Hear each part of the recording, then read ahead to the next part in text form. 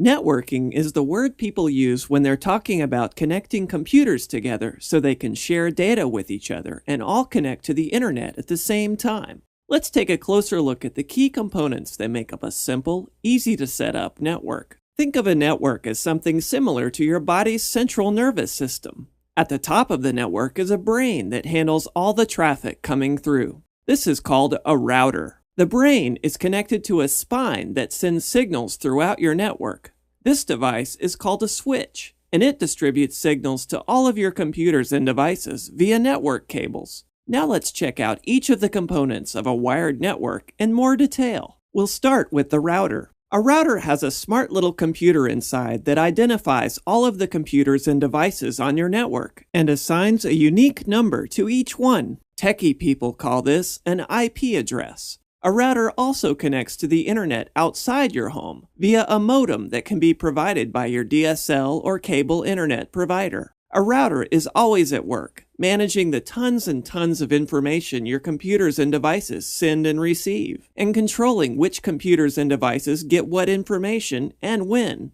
So how does a router actually send information from the internet to your computers and devices? And how does it enable your computers to share information with each other? The answer lies with that device we mentioned earlier, a switch. A switch sends traffic through your network to the places it needs to go. Every Netgear home router has a switch with 4 ports built right into it. You can also get wireless routers from Netgear that use radio signals to do the same thing as a switch. But these still have those 4 ports built into them, so you can use wires with them too.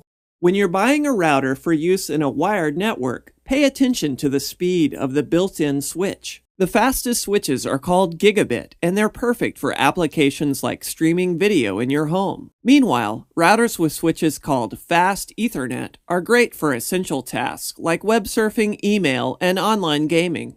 Now say you have more than 4 items you'd like to plug into a router. You need more ports. The solution is easy. You'll need an additional switch, which again is that thing that's already built into your router. In this case, though, you just need the switch portion and not another router, because your network doesn't need 2 brains after all. Netgear has switches with as few as 5 ports, as well as some that feature 24 ports or more. Once again, if you need the fastest speeds, go for a gigabit switch. Your SmartyPants Netgear router will recognize these new connections and start sending data to them right away.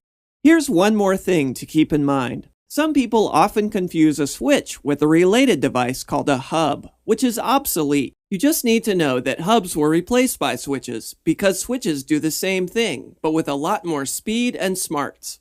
A router, a switch, and network cables all come together to create a fast and reliable wired network that works a lot like your body's nervous system. Fortunately, you don't have to be super brainy to understand how it all works.